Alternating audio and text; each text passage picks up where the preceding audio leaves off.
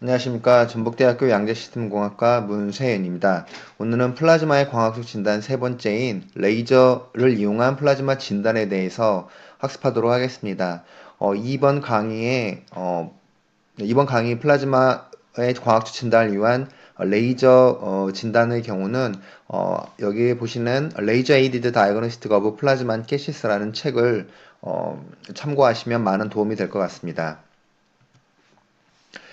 지난번에 말씀드렸듯이 플라즈마 진단이라는 것은 플라즈마의 다양한 변수들, 특히 밀도와 에너지, 즉 온도를 측정하기 위해서 혹은 그들의 분포 함수를 측정하기 위해서 다양한 기구들이나 방법 혹은 실험적인 기술들을 활용하는 행위들을 플라즈마 진단이라고 말씀드렸고, 플라즈마의 주된 변수인 밀도와 온도를 측정하는 것이 궁극적인 플라즈마 진단의 목적이 되겠습니다.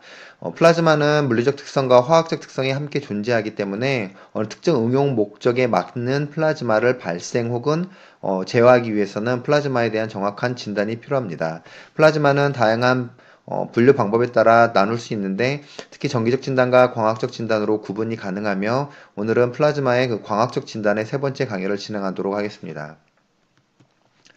플라즈마 진단은 정기적 프로브로 대표되는 정기적 진단법 외에 다양한 광학적 진단법이 존재하고 있으며, 지난 시간에 에미션과 업소션 스펙트로스코피에 대한 방법들을 소개하였습니다.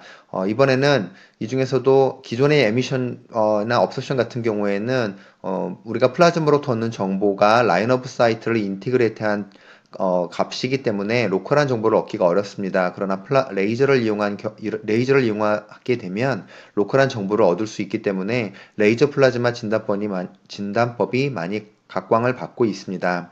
그래서 오늘은 레이저 진단법 중에서 LIF, 톰슨 스캐터링과 같은 방법들에 대해서 소개를 하고자 합니다. 레이저를 이용한 플라즈마 진단이라는 것은 광학적 방법 중에 하나이며, 직접식, 간접식, 그리고 비접촉식이며 능동적 진단의 분류에 속할 수 있겠습니다. 레이저 진단은 외부에서 레이저를 이용하여 플라즈마와의 상호작용 혹은 플라즈마 내부 작용을 이용하여 플라즈마의 정보를 얻는 방법이 되겠습니다. 이를 이용하여 얻을 수 있는 플라즈마의 정보는 전자 밀도, 전자 온도, 이온 밀도, 이온 온도, 전기장 등과 같은 다양한 정보를 얻을 수 있으며, 보다 직접적으로 해당 정보들을 얻을 수 있는 장점이 있습니다. 또한 레이저의 파장을 IR부터 UV까지 다양한 영역을 이용할 수 있기 때문에 목적에 맞는 레이저 플라즈마 진단이 가능합니다. 또한 무엇보다도 중요한 것은 말씀드린 대로 로컬한 정보를 얻는 데 매우 유용하며, 또한 원거리 진단이 가능합니다. 한 예를 들어서 레이저 진단법 같은 경우는 우리나라에서 K스타라는 핵융합 장치의 진단에도 활용이 되는데요. 이 경우는 플라즈마 발생 장치인 리액터 K스타하고 레이저 톰슨 장치는 아예 떨어져 있는 방에서 설치되어 진단을 수행할 수 있을 정도로 원거리 진단이 가능하다는 큰 장점이 있겠습니다. 이러한 플라즈마의 광학적 진단 중 레이저 진단은 아래 그림표에서 보시는 바와 같이 플라즈마 스펙트로스코피의 OES와 OAS에 두루 걸쳐 있습니다. 따라서 레이저 진단을 기존의 플라즈마 진단법인 OES나 OAS로 진단하기보다는 수동적이냐 능동적이냐는 방법으로 구분하는 것이 더 좋겠습니다. 따라서 레이저 진단은 밖에서 외부에서 레이저를 이용하여 플라즈마의 변화를 관찰하는 것이기 때문에 액티브 메소드라고 말할 수 있으며, LIF 같은 경우는 OES에 속하고, 탐슨은 사실 이건 OES라고 해야 할지 OES라고 할지 약간 어려운 점이 있습니다. 왜냐하면 외부 전기장을 보고 플라즈마 내부에 있는 전자들이 반응을 하여 그 후에 레디에이션 되는 것을 보기 때문인데요. 그런 면에서 보면 플라즈마 내부에 있는 전자에서 방출되니까 OES라고 또 말할 수도 있을 것 같기도 합니다. 그 다음에 레이저를 이용한 업서션 스펙트로스코피는 OES의 범위에 들 수 있겠죠. 그렇다면 플라즈마의 진단을 위해 레이저를 사용한다는 것은 어떠한 기본 메커니즘에서 작용하는지 알아보도록 하겠습니다. 앞서서 레이저 진단을 소개해 드렸듯이 결국에는 레이저 빛과 플라즈마와의 상호작용에 의해서 우리가 플라즈마를 진단하는 법이 되겠는데요. 잘 아시다시피 레이저라고 하는 것은 아주 간섭성 호이런스라는 아주 좋은 특성을 가지고 있습니다. 그래서 레이저는 여러분들이 아시는 바와 같이 Light Amplification by Stimulated Emission of Radiation의 약자로서, 지금은 이제 이렇게 약자를 외울 필요도 없고 불러서 쓰지 않죠. 워낙 이렇게 그 범용화가 많이 됐기 때문에 그냥 레이저라는 이름으로 우리가 많이 그냥 쓰고 있는데요. 말 그대로 스티뮬레이티드 에미션이 되겠습니다. 그래서 여러분들이 잘 아시는 것은 스판테니어스 에미션, 오른쪽 아래 있는 것들은 뭐 일렉트로 임팩이 됐든 아니면 외부 레디에이션에 의해서 됐든 역이 됐던 빛이 순간적으로 바로 그 디익사이테이션 되면서 빛을 발하게 되는데요. 이러한 경우들은 올라갔다 바로 떨어지기 때문에 코이런스가 굉장히 안 좋습니다. 반면에 스티뮬레이티드 에미션 같은 경우에는 에미션이 될 때 동일한 파장에 의한 자극에 의해서 되기 때문에 오른쪽 그림처럼 뮤라는 주파수, 그러니까 결국엔 람다라는 파장이 왔을 때만 얘가 에미션 됐다가 왔을 때에만 에미션이 되기 때문에 동일한 파장에 의해서 그 크기가 더 커지게 됩니다. 이하뮤가 됩니다. 따라서 동일한 파장의 빛이 증가되기 때문에 간섭성이 굉장히 좋다고 말할 수 있게 되겠습니다. 이러한 코일런트라는 것이 결국엔 코일런트는 레이저 오실레이터 안에서 우리가 증폭이 될 수 있는 방법이 되겠습니다. 즉 코일런트라고 하는 것은 페이즈도 같고 방향도 같아야 하는데 스티뮬레이티드 에미션에서 이러한 것들이 자주 관찰이 되겠습니다. 그렇다면 이러한 코헤런스에는 어떤 것이 있냐? 공간적인 코헤런스가 있을 수 있고 시간적인 코헤런스가 있습니다.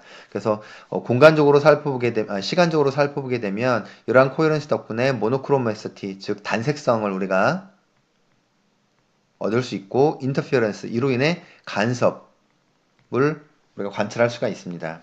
두 번째로 공간 분포인데요. 공간적인 코헤런스에 의해서 우리가 직진성, 그리고 포커스빌리티, 집중성, 을 우리가 확인을 얻을 수 있고 펄스 오퍼레이션도 가능하게 됩니다. 이러한 레이저의 코이런스라는 특징을 이용하면 우리가 플라즈마를 진단하는데 매우 유용할 수가 있는데요.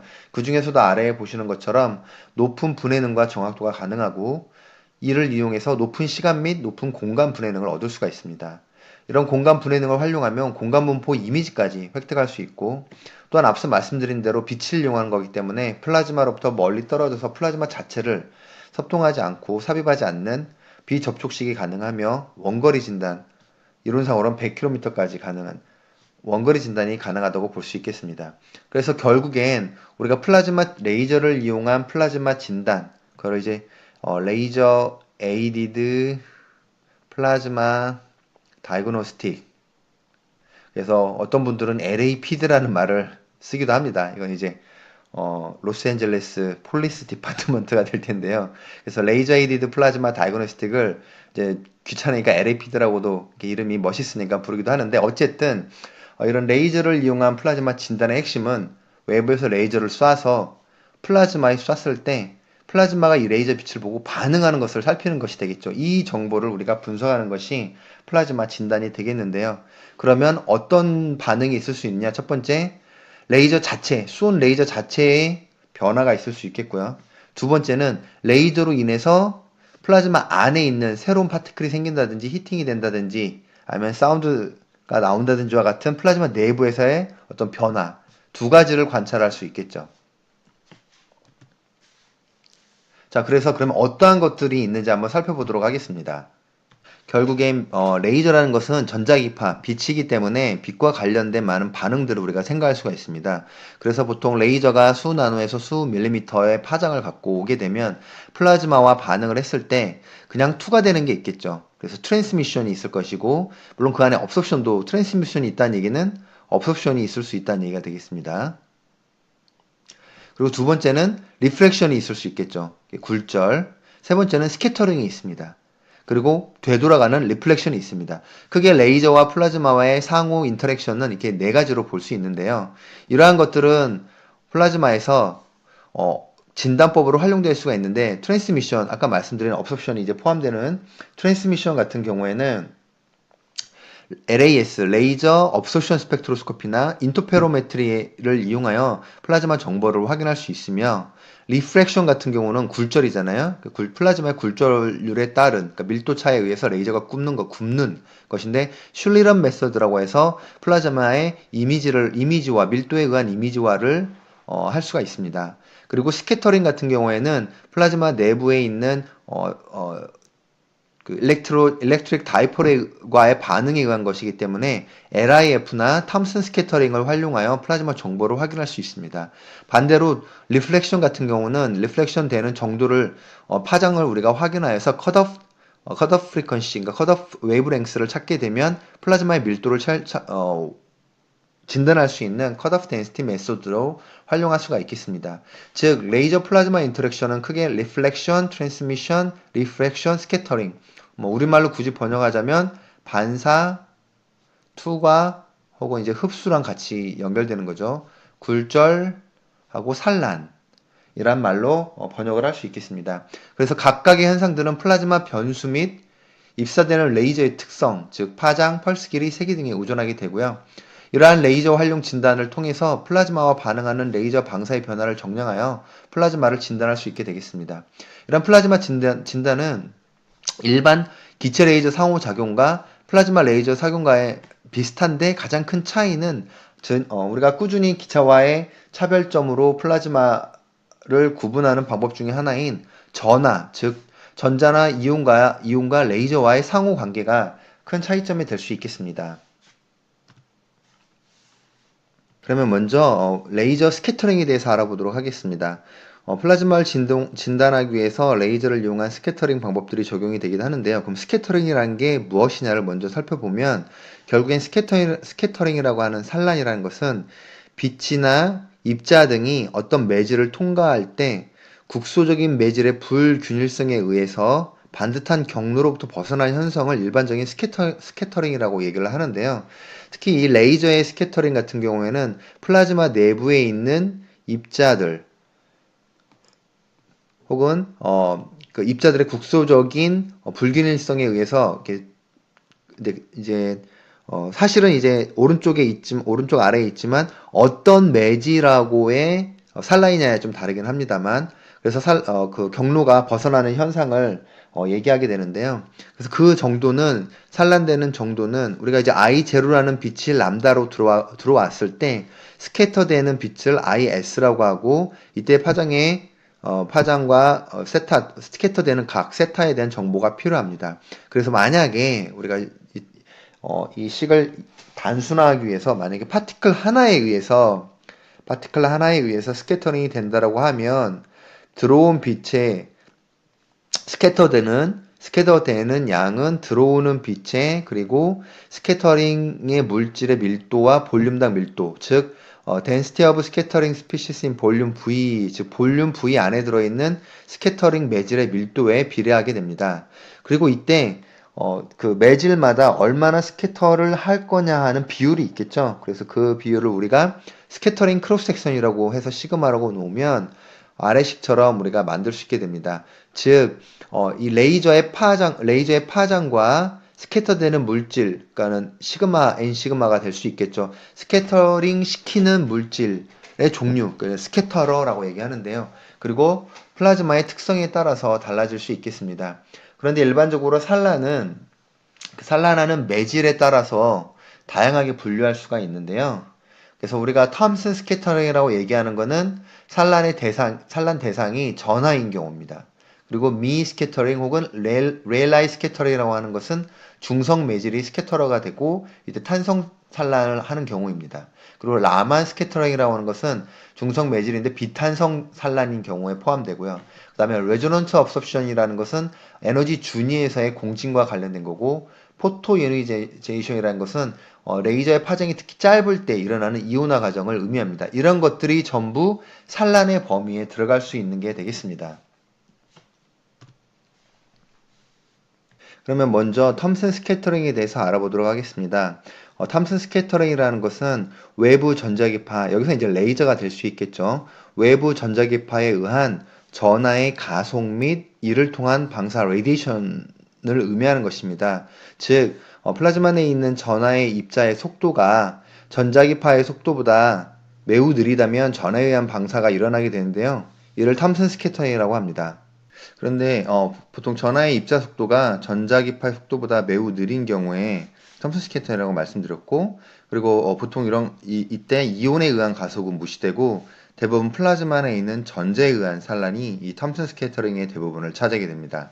그래서 이때 입사되는 전자기파의 전기장 방향에서 전자들이 가속이 되고 전기장을 보고 전기장을 보고 전자들이 이제 가속을 하는 거죠. 전자들이 가속을 하고 이로 인해 산란된 빛이 편급 방향 특성을 가질 수 있는데요. 이때 입사되는 전자기파의 전기장 방향에서의 방사는 없습니다. 그래서 만약에 전기장이 이렇게 위아래로 움직이면 전자들이 방사되는 여기서 이제 가속이 될 텐데 방사되는 방향은 이렇게 도넛 모양으로 여러분들이 아마 전자기학 시간에 잘 보셨을 텐데 그 단면을 자르면 도넛 모양으로 나타나는 것을 확인할 수 있고 아래 그림에서 보시는 대로 만약에 이제 스캐터드 라이트하고 일렉트릭 필드 방향 하면 이 안의 방향으로는 전자기파 방사가 없다.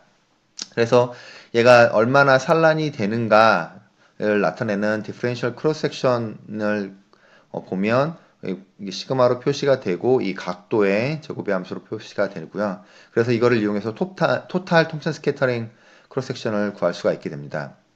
이때 사용되는 R0라는 것은 클래시컬 일렉트론 라디우스가 되고요. 이러한 그 톰슨 스캐터링이 플라즈마 진단에서 왜 중요하냐면 앞에 말씀드린 대로 이온에 의한 가속은 거의 무시되고 이 톰슨 스캐터링의 대부분이 플라즈마 내 전자가 외부 전자기파의 전기장 방향에서의 가속에 의한 산란이기 때문에 이 전자에 대한 정보를 얻을 수가 있습니다.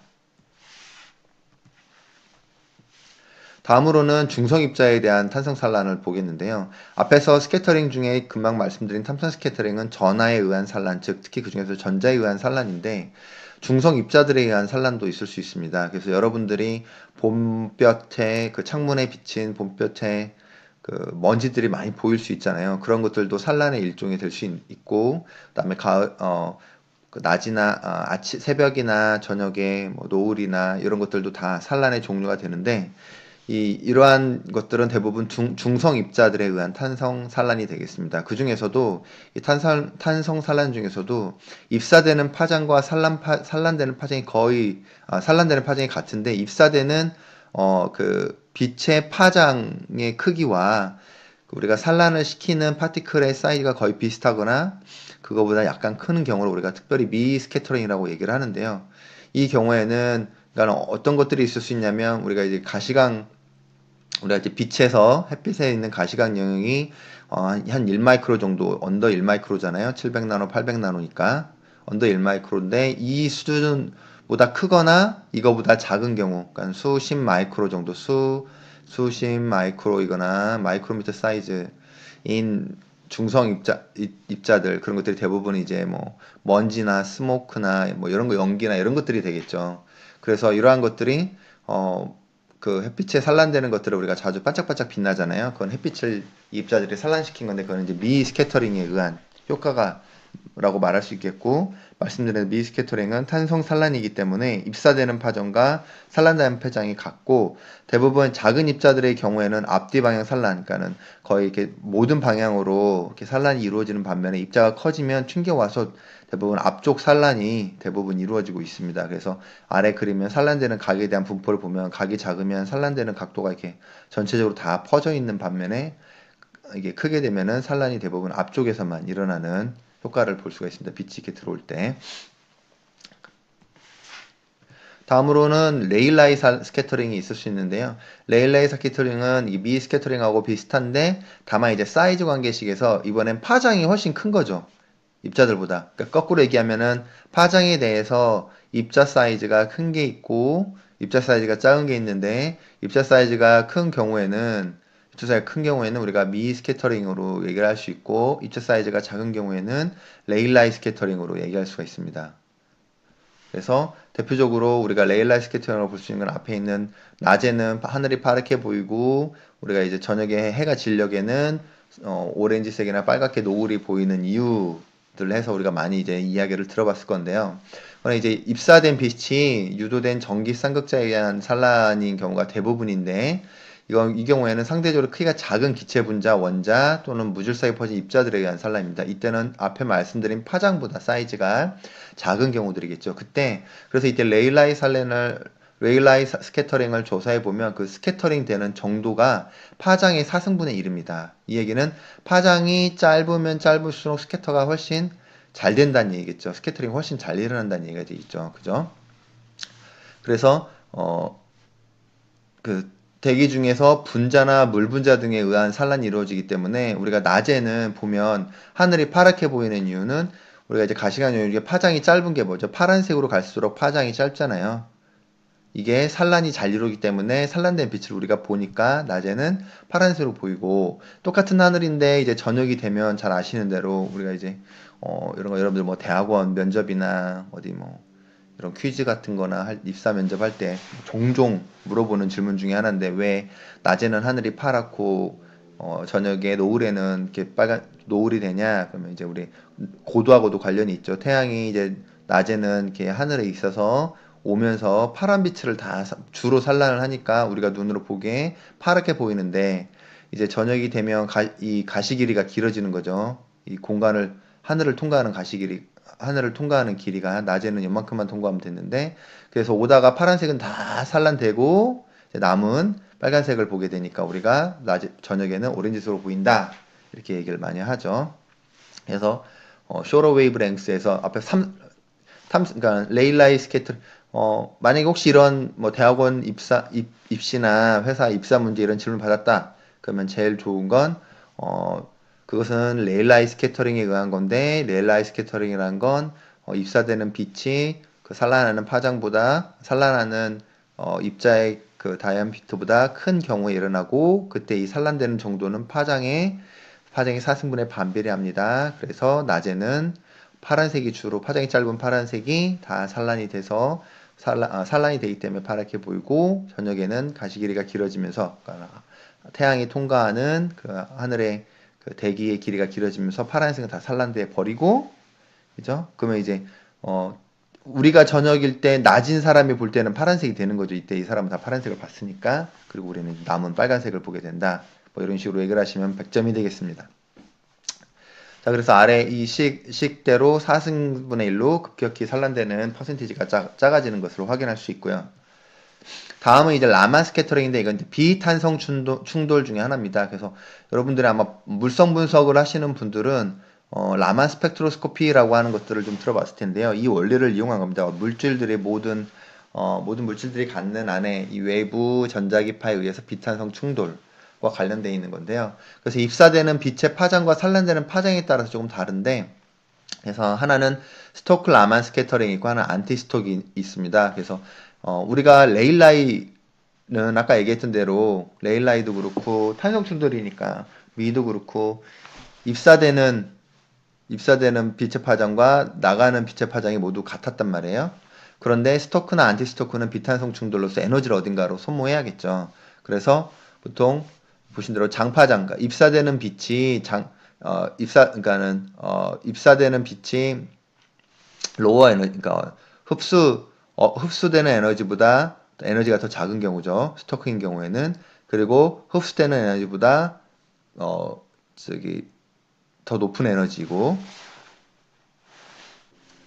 그러니까 이제 그림에서 보시는 대로 스토크 같은 경우는 이게 이 에너지 크기가 크잖아요. 그러니까는 더 짧은 파장이 들어오는 거죠. 그러니까 높은 에너지가 들어오고 스캐터되는 에너지가 이게 좀 이렇게 써놔서 헷갈릴 수 있는데, 잠깐만요. 스캐터되는 포톤의 에너지가 흡수된 에너지보다 작은 거죠. 그죠? 흡수된 에너지보다 작은 거죠. 지저분한데 다시 말씀드리겠습니다. 레일라인은 인시던트나 입사되는 거나 아니면은 스캐터되는 거나 모두 같은데, 스토크는 인시던트 에너지가 스캐터된 에너지보다 큰 거고, 안티스톡이라는 것은 그러니까 인시던트 에너지가 스캐터되는 에너지보다 스캐터되는 에너지보다 작은 경우를 보통 이제 이렇게 두 개를 구분해서 말을 하고 있습니다. 자꾸 넘어가서. 자, 다음은 이제 레조넌트 업서션인데요. 레조넌트 업서션 같은 경우는 매질레 입자의 공진 주파수하고 정확히 일치하는 주파수를 입사합니다. 그러면 이때 이제 뭐 공진 주파수라는 게 일렉트로닉 스테이트일 수도 있고 아니면 바이브레이션이나 로테이셔널 트랜지션일 수도 있습니다. 그렇게 되면 에너지를 흡수하게 되면, 얘는 흡수했다가 잘 아시는 대로 연력학적으로 평형 상태로 이완되기 위해서 우리가 에너지를 빛으로 방출을 하잖아요. 그때 만약에 스판테니어스 에미션 또는 스판테니어스 플로레센스이면 우리가 LIF라고 하고, 혹은 에너지를 빛으로 방출하지 않고 국소 부위의 온도를 상승할 수도 있습니다. 흡수된 에너지를. 레지넌트 업소션에 대해서 이런 거를 디플렉션, 이런 경우에는 이제 온도 차이에서 서멀 렌즈 효과가 일어나기 때문에 이런 걸 서멀 렌즈 스펙트로스코피 또는 포토 어쿠스틱 스펙트로스코피, 이렇게 국소부의 온도 상승에 의한 밀도 변화 같은 거기 때문에요. 다음은 포토 이오니제이션인데 이거는 이제 단파장에 의한 원자나 이온의 이온화를 얘기하는데, 보통 이 정도를 일으키려면 굉장히 주파수가, 죄송합니다, 파장이 짧은 엑스레이나 혹은 UV 이하, 뭐 BUV나 이런 것들이 많이 필요하고, 비저블이나 IR 같은 경우도 안 되는 건 아니지만, 이 이제 세기가 정말 센 경우에는 멀티플 이오니제이션이 일어나기도 합니다. 자, 그러면 우리가 지금 플라즈마에서 레이저와 플라즈마의 상호 관계에서 일어날 수 있는 몇 가지 스캐터링, 몇 가지 상호 작용 중에서 스캐터링을 먼저 알아보고 있는데, 그 스캐터링의 종류들, 그러니까 전하화하면 탐스 스캐터링, 중성과의 탄성 충돌이면 레일라이미, 그 다음에 비탄성 충돌이면 라만, 그 다음에 레조넌트, 뭐 포토이제이션 몇 가지를 이게 다 스캐터링의 종류라고 알아봤는데요. 실제로 그럼 플라즈마에 사용되는 것들은 어떤 방법들이 있을까 살펴보게 되면, 제일 많이 활용되는 것이 이제 탐슨 스캐터링이 되겠습니다. 탐슨 스캐터링은 보통 이제 플라즈마가 한 종류의 전하만 있는 경우에 대해서, 그러니까 물론 이온도 있지만 우리가 아까 말씀드린 대로 이온에 의한 것들보다는 전자에 의한 게 더미넌트하다라고 생각을 하고, 그래서 단순하게 해석할 수 있지만 몇 종류 이상이 되면 좀 복잡해지긴 하는데, 그래서 전자가 주된 스캐터라고 이제 생각을 하고, 디퍼런셜 스캐터링 크로스 섹션을 우리가 구하게 되면 아래 식처럼 나옵니다. 뭐 이 식이 나오는 과정을 제가 다 유도하지는 않을 건데요. 보시면 이것도 이제 맥스웰리안 공식 형태죠. 익스포넨셜의 뭐 제곱에 여기 뭐 가우시안 프로파일에.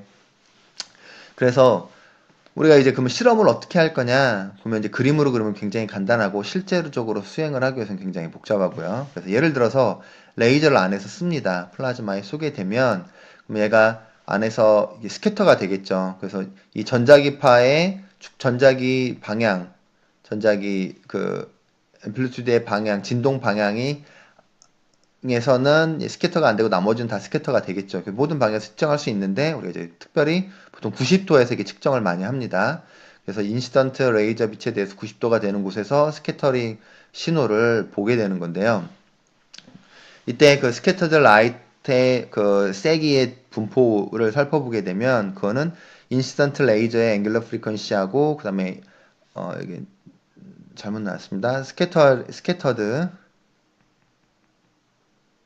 레이저 앵귤러 프리퀀시로 표현을 할 수가 있는데, 인시던트 레이저 앵귤러 프리퀀시를 중심으로 이렇게 퍼지게 됩니다. 스캐터드 된 그 프리퀀시가 이렇게 퍼지게 되는데, 이때 이 스캐터드 스펙트럼이 전자 밀도와 전자 온도의 함수가 될 수 있습니다. 그래서 전자 온도는 이 선폭포짐이 전자 온도, 루트의 전자 온도의 함수가 될 수 있고요. 그 다음에 이 면적을 전체를 다 곱한 게 전자 밀도가 될 수 있습니다. 그래서 단순하게는 이러한 원리를 이용해서 플라즈마의 전자 밀도와 온도를 탐스 스캐터링 방법으로 비교적 정확하게 측정할 수가 있습니다. 이거 같은 경우는 어떤 특별한 뭐 모델링이나 이런 것들이 많이 들어가지 않고 거의 직접적으로 다이렉트로 전자 온도와 전자 밀도를 측정할 수 있는 중요한 방법 중에 하나인데요. 이로 인해서 여러분들이 잘 아시는 역사적인 사실 중에 하나가, 예전에 이제 핵융합에 대한 연구들을 뭐 미국이나 러시아, 그 당시에 이제 소비에트 연방공화국 소련이었죠. 그래서 이제 영국이나 유럽에서도 막 진행하고 있었는데, 그때는 이제 뭐 머신들에 대한 종류가, 핵융합을 어떤 장치를 할 것인가에 대한 것도 있었죠. 뭐 미러 머신도 있었겠고, 뭐 토카막이나 이런 것들도 있었을 텐데, 사실 토카막이라는 이름 자체가 러시아 사하로프 그 과학자의 이름의 그 개념에서 나온 거잖아요. 이게 토카막이 러시아 말의 앞자를 딴 거죠. 토러스, 컴파인먼트, A가 마그네타이즈드 뭐 이런 거죠. 그러니까 마그네티컬리 컴파인먼트 뭐 시스템이 우리가 그 토카막이라고 부르잖아요. 그래서 뭐 나름 그쪽에서 핵융합을 성공했다, 인계점을 도달했다라고 하니까 이제 유럽 쪽에서 이제 못 믿은 거죠. 너네가 무슨, 우리도 고생하고 있는데. 그래서 뭐 진짜 못 믿어서인지 모르겠지만 과학자들은 그러지 않으니까. 그래서 그걸 확인하기 위해서, 검증하기 위해서 그래서 그 당시에 영국에선가 이 탐슨 스캐터링 시스템이 있어서 그걸 들고 가서, 그때 이제 러시아가 아니고 소련, 그 당시 이름은 아마 USSR이었죠. T3 토카막이었을 겁니다. 그래서 1968년에 그 장치에 대한 검증을 몇 달간 이제 들고 가서 설치하고 해서 검증을 해서 밀도와 온도가 얼마 이상 나오는구나 라는 이제 그런 일화가 있죠. 그래서 그 뒤로 이제 토카막의 퓨전 쪽은 아마 토카막의 막 붐이 일어나게 하는 원인 중에 하나가 그때 탐슨 스캐터링을 이용한 전자밀도 온도 측정이 그런 역사적 사실이 하나 있었습니다. 그럼 어떤 식으로 이러한 그 탐슨 스캐터링을 측정할 거냐? 그래서 사실 탐슨 스캐터링 방법은 국내에서는 이제 뭐 K스타에서 실제 이제 적용하고 있고, 그다음에 표준과학연구원에서도 많은 그 노력 끝에 진행을 했었고, 제가 알기로는 이제 한양대에서도 시스템 같은 걸 좀 갖춰줘서 꾸준히 했던 걸로 알고 있고요. 그래서 실제적으로 이 탐수 스캐터링 시스템 자체를 구축하는 게 굉장히 쉽지만은 않습니다. 비용들도 많이 들기도 하고, 그다음에 온라인 문제나 그다음 말씀드린 이제 노이즈 문제들도 굉장히 많거든요. 저희 같은 경우도 이제 전북대 고온 플라즈마 센터에서 고온 플라즈마 밀도 진단을 위해서 저희가 탐색 스캐터링을 셋업을 하긴 했는데 이 온라인 문제나 그다음에 이제 그 환경적으로 그 먼지들 때문에 시그널들을 좋은 시그널을 얻는 게 굉장히 어려웠던 그 기억이 있습니다. 그래서 일단 그 레이저의 웨이브 벡터의 상대적인 사이즈하고 디바이랭스의 관계에 따라서 우리가 스캐터링이 이제 인코헤런트한 거냐 아니면 컬렉티브한 거냐라고 두 개로 나누기도 하는데요. 그래서 일반적으로 이 K 람다 값이 1보다 큰 경우는 인코헤런트 탐슨 스펙터링이라고 해가지고 대부분 우리 전자 온도 밀도 측정할 때 쓰이는 방법 중에 하나가 되겠고 이때는 보통 이제 루비 레이저 같은 거를 많이 활용합니다. 그래서 여기 내용이 나오네요. 그래서 1968년 T3 토카막 러시아의 T3 토카막을 검증하는 그런 유명한 실험이 있었고 그 다음에 컬렉티브 탐슨 스캐터링 같은 경우는 아까 K람다 값이 1보다 작은 경우에 해당이 되겠고요. 그러니까 밀도, 그러니까 결국에는 레이저 파장하고 플라즈마 밀도와의 관계로 인해서 얘가 인코헤렌트 하냐 컬렉티브 하냐로 나눌 수 있겠죠. 그래서 이 경우는 아이언 템퍼러처를 잰다든지 그리고 이제 우리 1064 CO2 레이저를 많이 사용합니다. 보통 이제 오른쪽 아래 보면 일반적인 시스템의 계략도가 있는데요. 그 레이저가 있고 미러가 있고 그다음에 뭐 하프 람다 그 외부 이게 하프 람 플레이트 하프람도 웨이브 플레이트가 있고 뭐 렌즈가 있고요. 그 다음에 이제 실제 측정하고자 하는 플라즈마 시스템이 있고 근데 이제 베풀이라고 해서 이게 보면 이게 약간 꺾여 있잖아요. 이거 브루스트 앵글로 돼 있어서 되돌아온 빛이 들어가지 않고 그냥 반사돼서 나갈 수 있도록 돼 있는 게 있고 뒤쪽에 이제 덤프가 있습니다. 그래서 레이저가 하이파워인 경우에는 이게 나갔을 때 문제가 생길 수 있으니까 덤프가 있고요. 그다음에 우리가 관찰하고자 하는 것은 사실 이제 이 부분이 되겠죠. 꺾여서 90도로 놓은 부분에서 우리가 이제 트리플이나 더블 모노크로미터를 이용해 가지고 측정을 하면 되겠습니다. 그래서 레이저 같은 경우는 이제 포지셔닝을 이렇게 바꿀 수 있기 때문에 로컬한 정보를 얻을 수도 있고 근데 이제 그 우리가 실제로 분광기를 갖고 측정을 하게 되면 일반적인 플라즈마 같은 경우는 굉장히 이제 뉴트럴이 많습니다. 그래서 뉴트럴에 의한 앞에서 말씀드린 렐라이 스캐터링이 사실은 도미넌트한 경우들도 많거든요. 그래서 뭐 이 탐스 스캐터링 재기 위해서는 플라즈마 없이 비슷한 되도록이면 동일한 환경으로 가스를 채운 다음에 그래서 플라즈마 방전 없이 레일라이 스캐터링을 측정한 후에 플라즈마를 찍혀서 레일라이 탐슨 스캐터링과 레일라이가 합쳐진 곳에서 이 레일라이 스캐터링을 제거한 경우 제거해서 이제 피팅을 통해서 얘가 이제 뭐 맥스알리다 이렇게 피팅을 통해서 탐슨 스캐터링의 그 분포를 우리가 구할 수 있게 되고 온도와 밀도를 측정할 수 있게 되겠습니다.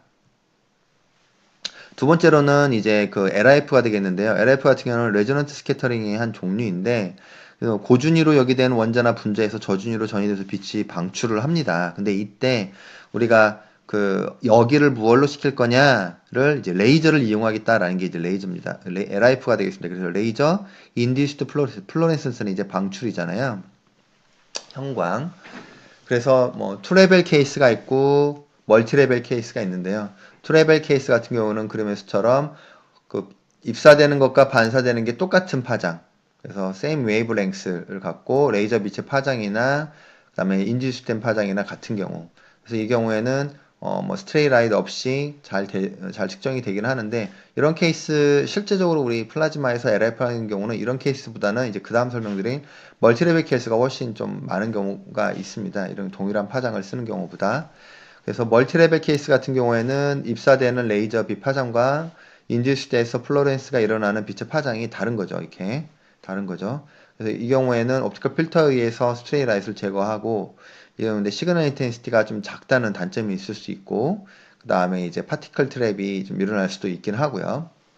그런데 앞서 말씀드린 대로 이러한 LIF 같은 경우는 결국 뭐 동일한 파장을 쓰는 경우든 아니든 레이저 빛에 의한 거를 막기 위해서 얘도 마찬가지로 이렇게 90도로 봅니다. 두 가지 이유가 있는데 하나는 아까 뭐 레이저 빛이 여기 안 들어오게 하는 것도 있지만 안 들어오게 하는 것도 있지만 이제 이 LIF를 이용한 만약 이제 기체 온도나 이런 측정이 뒤에 말씀드릴 도플러 이펙트라고 관계가 있기 때문인데요. 그래서 앞에 보면 렌즈가 있고 밴드패스 필터가 있고 뭐 디텍터가 있고 이런 형태로 LIF 시스템이 구축이 되어 있습니다. 그래서 우리가 그럼 LIF를 이용해서 잴 수 있는 게 무엇이냐? 그래서 LIF를 잴 수 있는 것 중에 하나, 아까 탐스는 전자온도, 전자밀도, LIF는 레디클 중성종의 밀도를 잴 수가 있고, 또 하나는 속도 분포 함수, 그럼 이제 중성종의 온도를 의미하는 거겠죠. 그다음 전기장 등도 측정할 수 있습니다. 그리고 우산 민감도와 공간 분해는 레이저니까요. 그래서 한 예를 들어 보면 기체 온도나 혹은 속도 분포 함수, 그래서 이런 것들은 이제 뭐 어떤 뭐 아이온 빔의 뭐 분포 함수를 구한다든지 이런 것들에 LIF를 적용하는 케이스들이 많이 있죠. 예를 들어 보면 그래서 도플러 시프트를 이용한 속도 분포 및 기체 온도 측정이 되겠는데요. 앞서 지난 시간에 기체 온도 측정을 위해서 우리가 도플러 브로드닝을 말씀을 드렸죠. 도플러 브로드닝 되는 정도가 맥스웰 을 가정하면 루트 n분의 t로 되어 있습니다. 그래서 우리가 많이 활용하는 경우가 아톰의 메타스테이블이 611.66 나노미터에 의해서 인듀스드가 되고 416.08 빛을 내게 됩니다. 그러니까 레이저는 616을 넣고 우리가 관찰하는 건 461을 관찰하는 거죠. 그러니까 처음에 얘는 메타스테이블에서 올라갔다 내려오니까 그냥 레이저가 안 들어오면 이제 뭐 꼭 그렇지는 않지만 레이저가 안 들어오면 이 461 나노미터가 관찰이 안 돼야 하는 겁니다. 예를 들면 관찰이 안 되다가 레이저가 들어오니까 관찰이 돼요. 그건 무슨 얘기냐? 인듀스 됐다가 떨어지다는 얘기가 되겠죠. 그죠? 416에서. 그래서 왼쪽에 대해서 이 도플러 시프트를 이용한 것의 핵심은 뭐냐? 내가 측정하는 건 LIF란 말이야. 내가 측정하는 건 플라즈마의 빛을 측정하는 거예요. 누구에 대해서? X축이 누구에 대해서? 넣어주는 레이저의 파장 변화에 대해서. 그래서 이 LIF라는 거는 레이저를 약간 튜닝 해주는 거거든요. 그래서 원래, 자, 예를 들어보면, 내가 플라즈마 안에 이 아르곤 메타스테이블이 있어요. 얘가 멈춰 있어요. 정지. 멈춰 있어요. 그러면 616 플라즈마 레이저 빛을 쏴서 눈으로 보니까 레이저 빛을 쏘기 전에는 죄송합니다. 레이저 빛을 쏘기 전에는 눈으로 보니까 이 4608이 안 나왔어요. 안 나왔는데 레이저를 쏘니까 4608이 나오기 시작한 거예요. 그거는 그 안에 아르곤 메타스테이블이 있다는 얘기죠. 그죠? 그럼 4108 이렇게 나왔어요. 616을 하니까 4108이 시간에 뿅 하고 나온 거예요. 그죠? 그런데 문제는 뭐냐? 얘가 움직이는 거예요. 얘가 어떻게 움직이냐? 사방팔방으로 움직이죠. 사방팔방으로 움직이는데 이렇게 주로 앞뒤로 움직이겠죠. 이렇게 앞뒤로. 사방팔방 움직이지만 그래서 이 레이저의 입장에서 보면 앞쪽으로 올 때는 청색편이라 하는 거죠. 가까워지니까. 청색편이 뒤쪽으로 갈 때는 적색편이. 그죠? 그 얘기는 무슨 얘기냐? 얘 움직이는 애가 볼 때 611.6나노미터가 들어와야 자기가 뿅 올라갔다 뿅 떨어지면서 46108 파장을 낼 텐데 자기가 앞으로 다가오고 있단 말이에요. 도플러 이펙트 때문에 온도 열이 있으니까 앞으로 가요. 앞으로 가니까 레이저는 616으로 쏘고 있지만 얘는 616으로 안 느끼는 거죠. 더 짧은 파장으로 느끼는 거죠. 그죠? 그리고 뒤로 갈 때는 616이 들어오고 있지만 더 긴 파장으로 느껴지는 거죠. 그래서 빛을 안 내요. 그럼 어떻게 해야 하냐? 레이저를 튜닝을 해보는 겁니다. 사실 레이저를 얼만큼 튜닝할지 몰라요. 얘의 온도를 모르니까. 한번 튜닝해 보는 거예요. 언제까지? 시그널이 나올 때까지. 그죠? 그래서 616을 한번 쐈습니다. 그럼 얘가 어느 순간에 빛이 뿅 나오겠죠. 재수 좋게 움직이다가 얘가 멈춰있는 시점에서 얘랑 맞은 거니까. 레조넌스가 일어난 거니까. 그래갖고 616을 이 레이저를 막 파장 흔들어 보는 거예요. 더 뒤로 빛이 안 나오는데 갑자기 빛이 세게 뿅 나왔어요. 왜? 이거는 이제 결맞음이 일어난 거죠. 레이저랑 이 그 아톰이 앞쪽으로 움직였기 때문에 그 아톰이 611.54를 611.66으로 느낀 거죠. 왜? 이 빛 레이저 쪽으로 다가오고 있었으니까. 반대로 더 길게 파장을 하다가 611.78을 뿅 하고 세기가 나왔어요. 왜? 뒤로 도망가던 레이저를 향해 레이저보다 뒤로 도망가던 원자가 레이저를 611.66으로 느낀 거죠. 실제로는 611.78을 쐈는데. 그죠? 그러면 이렇게 시그널이 나오는 정도 이 시프트, 도플러 시프트가 요 온도의 함수잖아요. 매스는 아니까. 그러면 이걸로부터 온도나 속도 분포 함수를 우리가 구할 수 있게 되겠습니다. 이게 LIF 방법 중에 하나가 되겠고요. 다음은 이제 컷오프 방법인데요. 컷오프는 리플렉션을 이용한 건데 플라즈마 내 입자들이 이제 다양하게 있는데 레이저 빛 결국 전자기파잖아요. 이 전자기파의 진행에 영향을 주고 어느 특정 밀도 이상이 되면 다 반사를 시킵니다.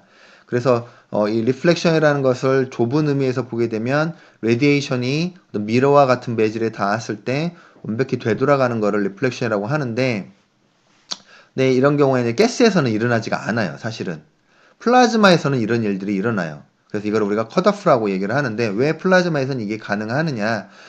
저번 시간에 살짝 RF를 하면서 공부했지만 그 플라즈마 분산식이라는 게 있습니다. 분산식과 그 K와 오메가의 관계를 나타내는 건데 그때 우리가 밀도 플라즈마의 굴절률을 오메가분의 CK라고 놓을 수가 있어요. 그러면 이게 완벽하게 반사가 되는 경우니까 n이 0이라고 볼 수 있겠죠. 그러면 내질레 파동의 진행 특성은 분산식으로 결정이 되고 단순한 경우를 먼저 살펴보면 콜드 플라즈마, 그래서 이거는 이제 플라즈마의 온도가 0이다라고 생각을 해보는 거고, 그러면 이제 컷오프 컨디션이 어떻게 되냐? 다음에 있는 분산식에서 이게 결국에는 어떻게 돼야 돼요? K가 0이 돼야 하는 거잖아요. K가. 그죠? 왜냐면 진행이 안 돼야 하는 거니까. 플라즈마가 그러니까 웨이브 이 안에 플라즈마 내에서 웨이브가 진행이 안 돼야 하니까 웨이브가 없어야 하니까 K가 0이 돼야겠죠. 그럼 아까 말했는데 굴절률이 0이라는 것과 같은 의미가 되겠죠. K가 0이니까. 그러면 그때 언제 그렇게 되느냐? 오메가랑 오메가 P가 같게 된다.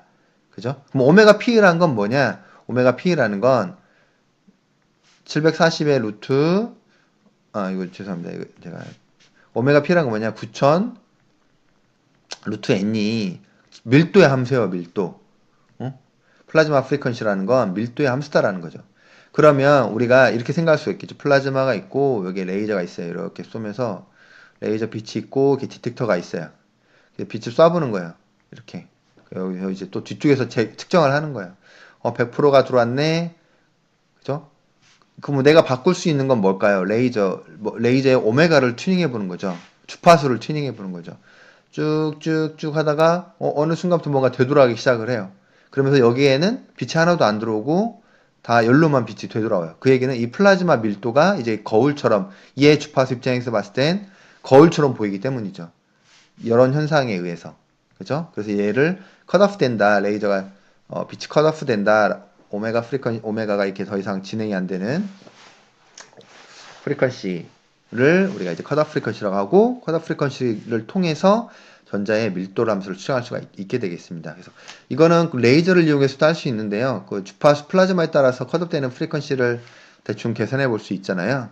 그래서 사실 보면 이거 한 10승만 돼도 막 기가헤르츠 이르기 때문에 레이저를 이용한 거기보다는 이제 고주파를 많이 이용하는 경우들이 있는데 그래서 이제 국내에서는 컷오프 프루브라고 해가지고 플라즈마 안에 이렇게 이제 그 프루브 팁을 2개 놓고 하나 이제 여기 우리가 이제 그 네트워크 어널라이저를 이용해서 이게 기가헤르츠, 수기가헤르츠까지 하나 쏘는 거죠. 쏘고 그럼 얘가 일로 들어올 거 아니에요. 시그널이 들어오는 걸 분석을 하는데 어느 밀도 프리퀀시 컷오프 프리퀀시에 되면 안 들어오겠죠. 그죠? 이런 그 프로브에 대한 정기적 탐침, 광학적 탐침이 아니라 정기적으로 측정하는 방법들도 있습니다.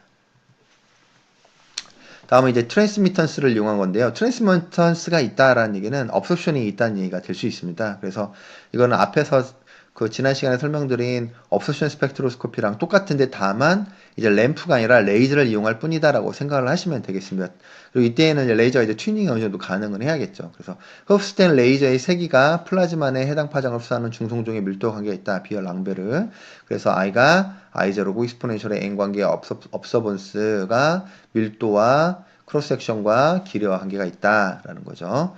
그리고 이때 이제 센시티비티를 늘리기 위해서 우리가 패스를 여러 번 할 수 있습니다. 이게 하나의 그 멀티패스인데 중요한 것 중에 하나인데요.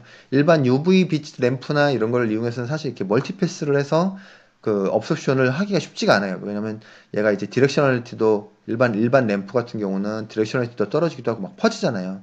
렌즈를 써도 한쪽 포커싱을 하지만 단쪽에서 다시 퍼지기도 하고 이런 어려운 점이 있어서 그냥 보통 싱글 패스를 이용해서 시그널을 받아야 하는데 레이저 같은 경우는 되게 디렉셔널리티도 좋고 거히런스도 좋고 하니까 이렇게 멀티패스를 이용해 가지고 우리가 여러 번 측정을 해서 그 시그널을 밀도 측정의 그 센시티비티를 굉장히 그 향상시킬 수도 있게 되겠습니다.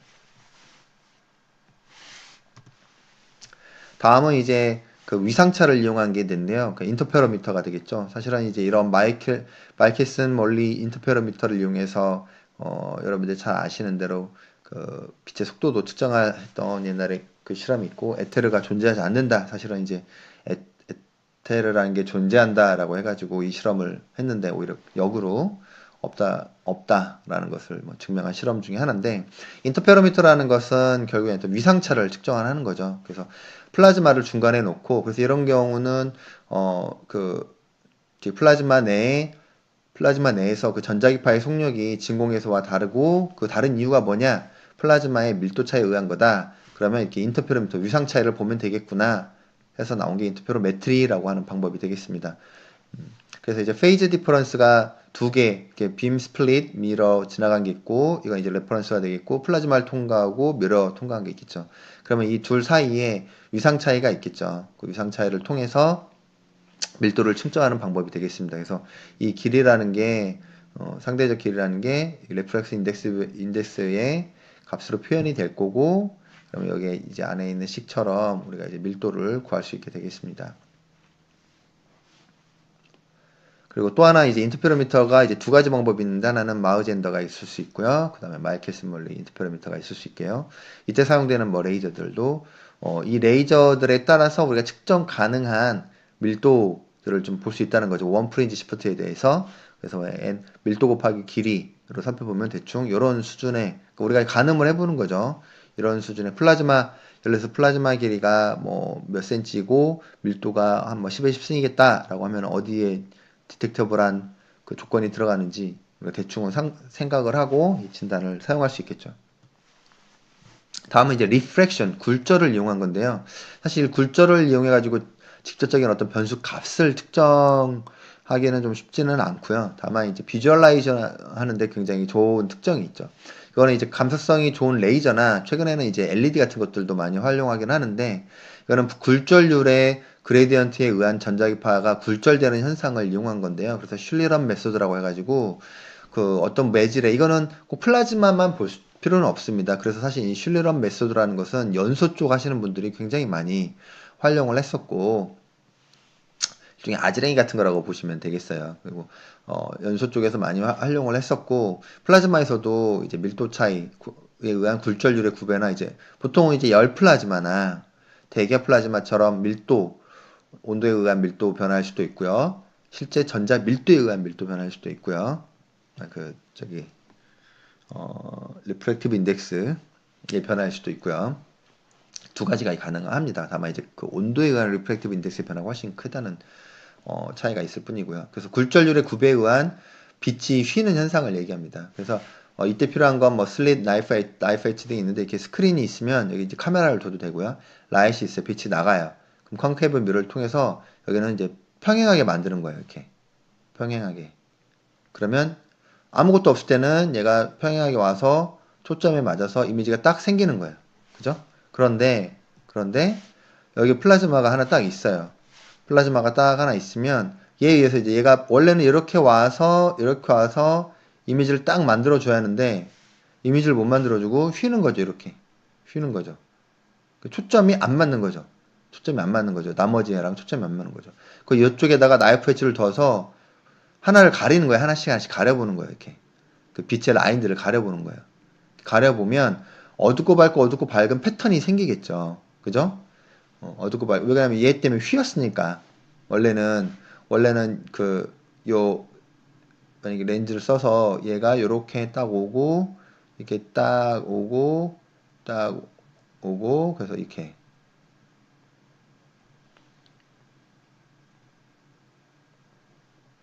돼야죠. 맞나요? 기억이 안 나네. 직진한 거는 초점을 지난다. 그죠? 초점을 지난다. 초점이 여기라고 하면 그 다음에 중심을 지난 건 그냥 반드시 간다. 그죠? 이렇게. 그래서 이렇게 초점이 맞아서 이미지가 형성이 돼야 하는데 초점 하나가 틀어지는 거예요. 플라즈마를 통과했던 빛이 틀어져 버리는 거죠. 이렇게 틀어져 버리는 거예요. 그럼 블러가 될 거 아니에요. 이게 이미지가 잘 안 맞을 거 아니에요. 요 부분에다가 이렇게 나이프 엣지를 대는 거예요. 빛을 하나씩 가려보는 겁니다. 하나씩. 그러면 오른쪽 그림에서 보시는 것처럼 밝고 어둡고 밝고 어둡고 한 이런 패턴들이 나오게 돼요. 그러면 이제 굴절률 변화가 생기는 걸 육안으로 이렇게 관찰할 수가 있죠. 그래서 오른쪽 그림 같은 경우는 실제 대기압 플라즈마에서 첫 번째 그림은 기체만 흘려보낼 때예요. 기체만 흘려보냈더니 이렇게 이제 기체가 움직이는 거대로 보이시나요? 기체가 움직이는 방향으로 이렇게 굴절률의 변화가 생기니까 밀도가 높잖아요. 그러니까 패턴이 생긴 거죠. 그런데 동일한 기체 흐름에서 플라즈마를 켰더니 갑자기 막 난리가 난 거예요. 이렇게 쫙. 이게 그러면 뜨거워서 그런 거냐? 이거는 콜드 플라즈마입니다. 뜨거워서 그런 건 아니고요. 플라즈마 때문에 이렇게 이제 그 유속이 증가하는 것처럼 보이는 거죠. 그리고 더 하이 볼티지를 걸면 이렇게 터뷸런스가 일어나는 거를 이러한 것들을 이제 비주얼레이션 할 수 있는 방법 중에 하나가 슐레런 메서드가 되겠습니다. 자, 지금까지 이렇게 레이저 진단법에 대해서 정말 간단히 봤는데요.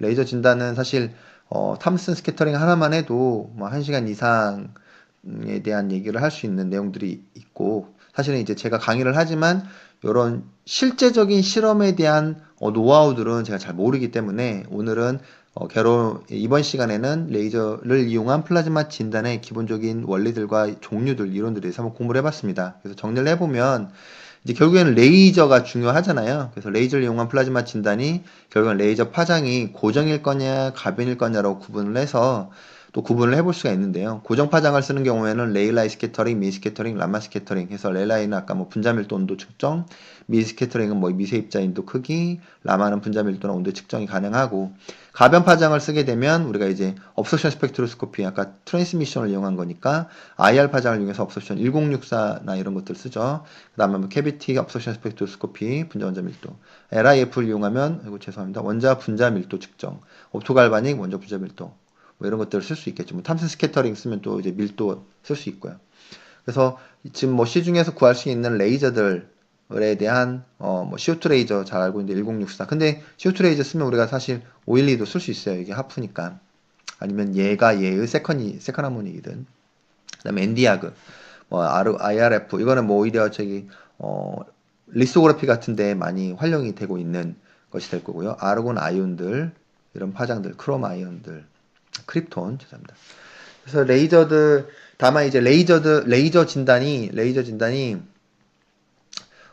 사실 저도 개인적으로 이제 광진단을 꾸준히 연구하고 있는 사람 중에 하나지만 레이저 진단 어떤 진단의 궁극적인 그 진단법으로 생각하시면 돼요. 첫 번째는 일단 고가예요.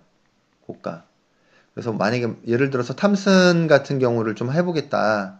탐슨 같은 경우를 탐슨 스케치를 하겠다 하면 현재 기준으로 보면 대략 뭐 제대로 한번 하려면 2, 3억 정도가 소비되고 그다음에 뭐 LIF를 하겠다. F 하면 뭐 1, 2억 정도가 이렇게 진단만을 위해서 하는 그런 그 차이들이 있기 때문에 그래서 일반적인 실험실에서 사실 탐슨과 LIF가 있다 하면 그런 실험실은 굉장히 이제 좋은 실험실이라고 얘기할 수 있겠죠. 훌륭한 실험실이라고 얘기할 수 있겠죠.